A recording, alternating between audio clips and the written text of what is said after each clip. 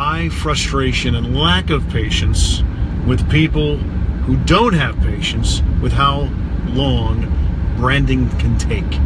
It's not that I don't have that little patience, but I just, when I hear, well, it's not moving the needle fast enough. Well, when was the last time you made a freaking snap decision on buying from somebody who just appeared on the market?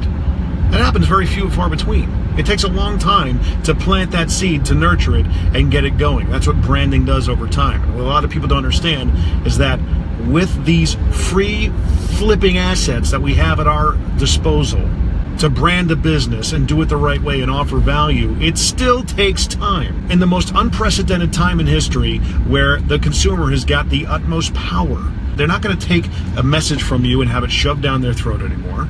They have the ultimate power to decide whether or not to give you their attention. That takes time. It always takes time. 4 years ago, I worked for a guy. 2 months into the job, after busting my butt for him, I come in and all of a sudden he says, hey, we're going to move in a different direction. Needle's not moving fast enough.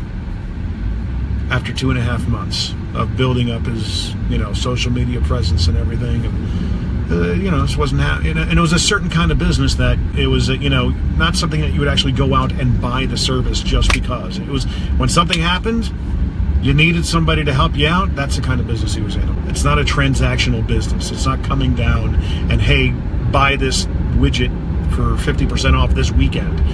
You really couldn't do that with this type of a business. But anyway, this particular guy built his business over decades. It took him that long to become a multi-million-dollar business. It took him, 20 some odd years. But he expected instant turnaround on social media just like that. I still find that phenomenon today, that businesses and business owners, personal brands, they're skeptical of social media to begin with, and they'll go on, give it a couple of weeks, and then they disappear. And then you find out, well, it just wasn't doing anything. What did you expect in a couple of flipping weeks of just, it's kind of, phoning it in? Unless you're spending thousands of dollars a month on radio, television, the typical avenues of advertising. And even that may not work. It still takes time. A lot of people have spent thousands of dollars a month on advertising, radio, television, whatever, for years. And then they go to a free platform just because it takes a little bit of extra work and thought.